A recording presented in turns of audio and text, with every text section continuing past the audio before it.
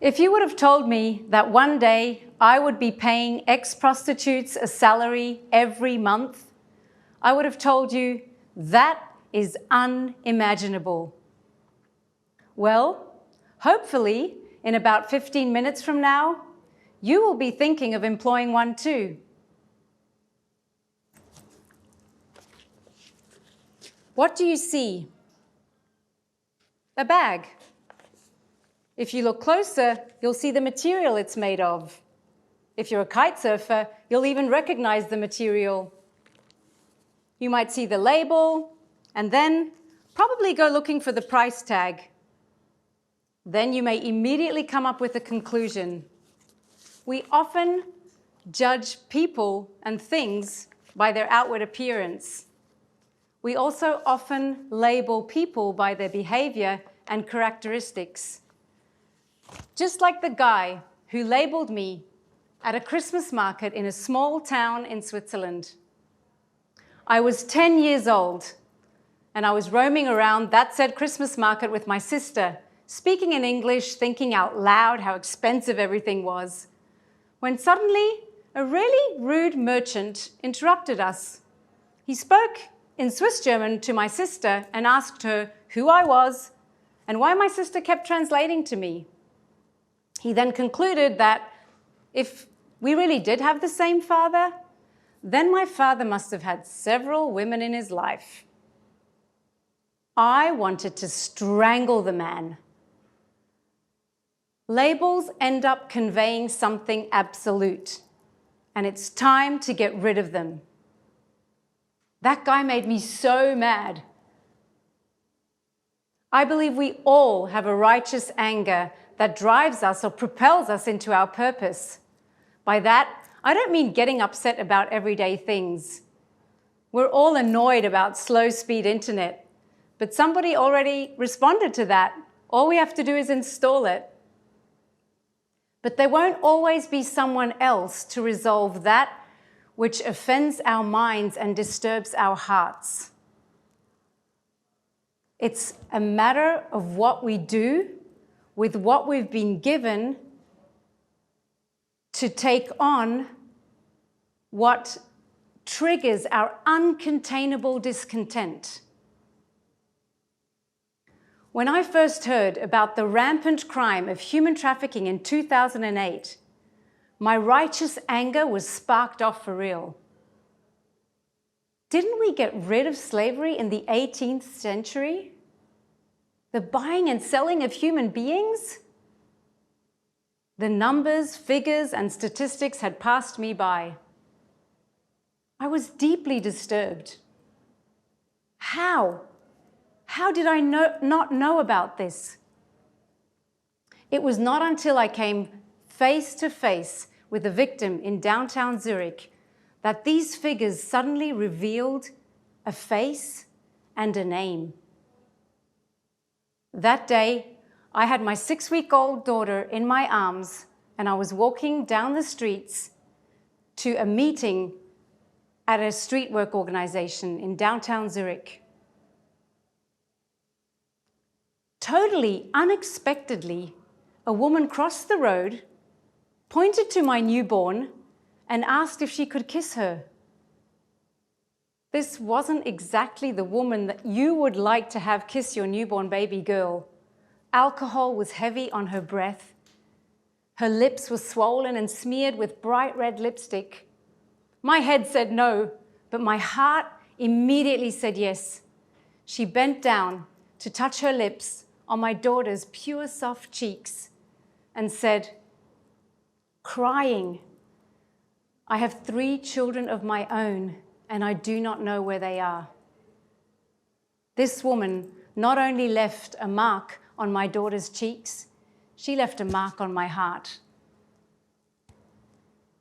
There was no way I could stand on the sidelines any longer. I felt so helpless, but my mind was reeling.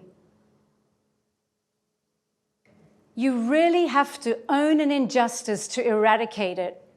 With anything in life, actually, you must own it to get rid of it. When injustice takes over, Ownership drives the change for justice.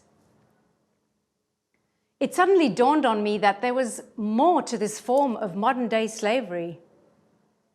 I was responsible for some of it too, not in the sex industry, but in the food, fashion, toy, and gadget industry. I was a victim of trends for myself and for my kids, and I had bought into the lie that if I was paying too much, it was definitely overpriced. I bought stuff off the internet, not thinking who made it and where was it sourced? Were these people treated fairly, paid fairly? I bragged on my latest bargain, dismissing the fact that if it's cheap for me, someone else is paying the price. Not everyone has a choice like you and I have. The more I got involved in uncovering the crime of human trafficking and exploitation, the more I got the facts. If these women and men really did have a choice, they wouldn't choose to have other human beings rule over their body, treating them like trash, and stripping them daily of their human rights. So what choices do these people really have? And what could I do to give them a real choice? The ones I have, like from the simple question of, what do I want to eat today? To the more complex one of, what do I want to be one day? In the sex industry, every single sex worker I encountered wanted out. In the words of a victim, we don't need pity, we need jobs. But who was giving these people jobs? Who was creating jobs for these individuals who had nothing to write in their CV but prostitute? In discussing all these questions with my husband and a handful of trusted people, the idea of a social business was born. And eventually, our social enterprise, Kite Pride, was established in Tel Aviv, Israel, to offer employment, training, and empowerment to exactly these people. Kite Pride exists to restore the purpose of those who have never really been given a chance to succeed in life. In a safe work environment, survivors of forced prostitution and human trafficking are offered a real choice. We train them and equip them for a brighter future. We upcycle kitesurfing sails, yacht sails, parachutes, and turn them into beautiful, handmade, unique, one-of-a-kind bags. Our employees come with their own rich story of triumph, power, trauma, and complexities. What they've had to endure in their life affects productivity, efficiency, economic sustainability, and stability as an employee, which obviously no startup can afford or wants to risk going for. So how did we do it? Or better said, how are we doing it? Because to tell you the truth, I'm still figuring out many of the answers as I'm learning by doing. We all fail, but as long as we fail forward, we're moving in the right direction. Like many other startups, there was an idea, a business plan, a team, and funding. Unlike many other startups, Kite Pride had no investor. We had donors. We fundraised because our company was more of a social cause to donate to than a business promising profit.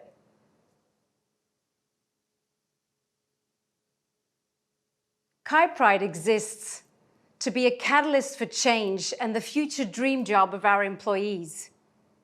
Figuratively speaking, we give them a landing place, allow them to unload, refuel, and take off.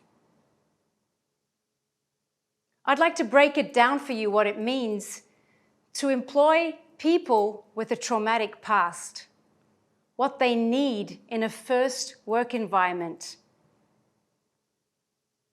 First of all, they need a safe place.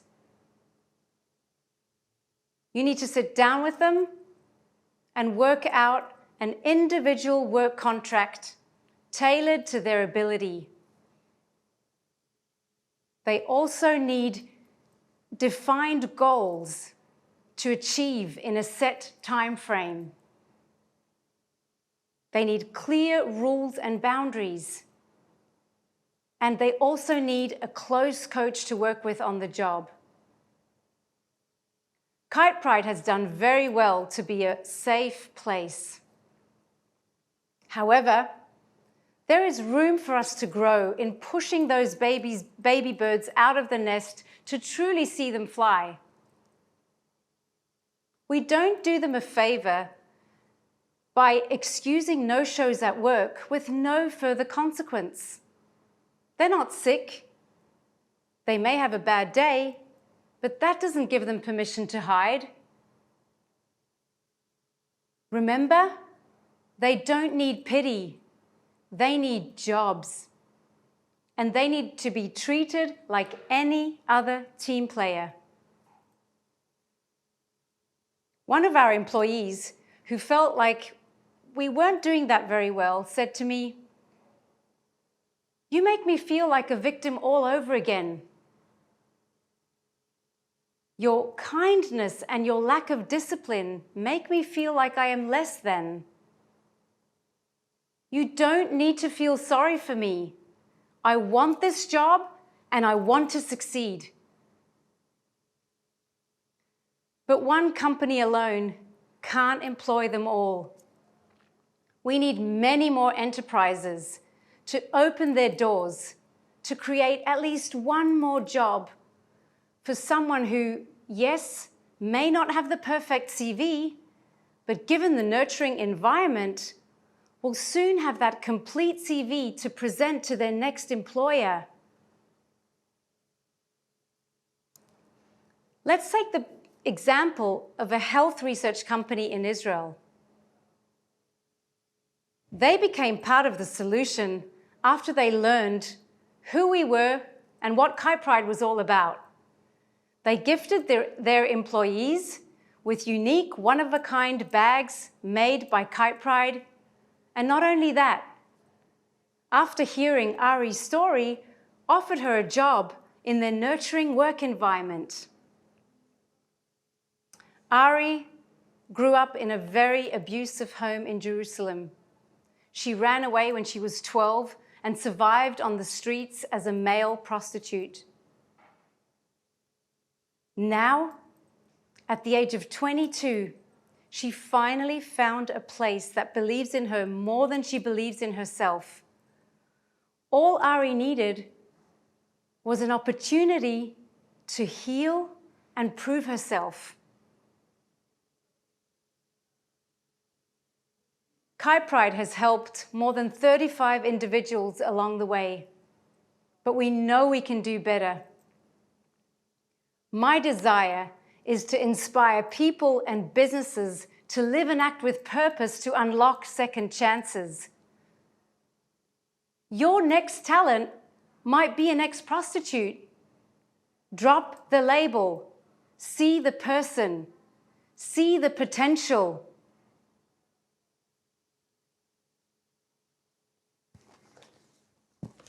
So this bag, what do you see now? Behind every product and act of service all over the world, there is a person. You can become part of a story. I invite you to join a radical revolution of justice and freedom for all, because you have a choice. And you can give him or her one too. You really can.